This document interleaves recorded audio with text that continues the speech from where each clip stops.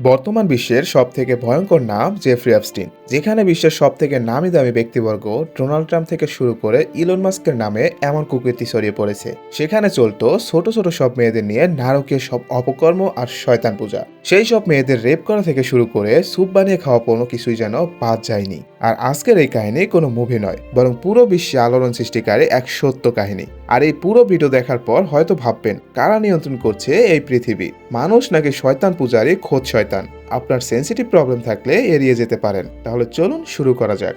সময়টা 2005 সালের মার্চ মাস, যেখানে পৃথিবীর সব প্রভাবশালী ব্যক্তির ভয়ে কেউ মুখ খোলেননি। তখন এক সাহসী মেয়ে ফ্লুইডার পুলিশের কাছে জেফ্রি অ্যাপস্টিনের নামে অভিযোগ জানায়। পরে পুলিশ ও এফবিআই তদন্তে নেমে একের পর এক চালচলকর সব তথ্য বের করতে থাকে, যা শুনলে বা দেখলে আপনার রক্ত ঠান্ডা হয়ে যাবে। আর এই তথ্যে যাদের নাম উঠে আসে তাদের আপনারা হয়তো অনেকেই আইডল মনে করেন, অথচ তারা যে এমন সব কাজ করতে পারে তা কল্পনারও বাহিরে।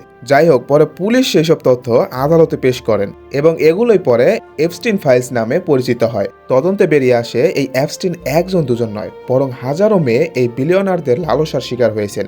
এখন হয়তো আপনার মনে প্রশ্ন আসছে, কে এই জেফ্রি অ্যাপস্টিন, কিভাবে তিনি এমন সাম্রাজ্য গড়ে তুললেন, আর কিভাবে বা তিনি ডোনাল্ড ট্রাম্প থেকে ইলন মাস্ক, বিল গেটসদের সাথে বন্ধুত্ব তৈরি করলেন?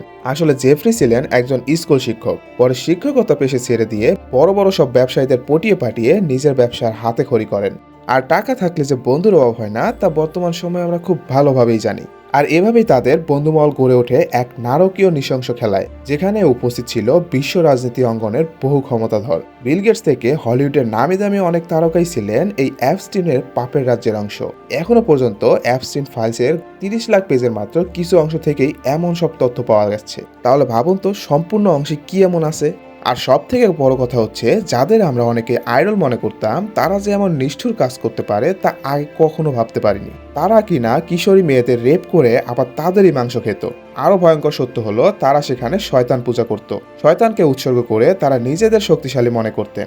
সবশেষে যদি আমরা খেয়াল করি, তাহলে পৃথিবী আসলে শয়তানরাই চালাচ্ছে, আমরা সেই শয়তানের অধীনস্থ মাত্র। তবে আগামী বিশ্ব কেমন হতে চলেছে তা আমরা কেউই জানি না। তবে এখনকার মতো সবাই ভালো থাকবেন, সুস্থ থাকবেন। আজকের মতো এখানেই শেষ করতেছি।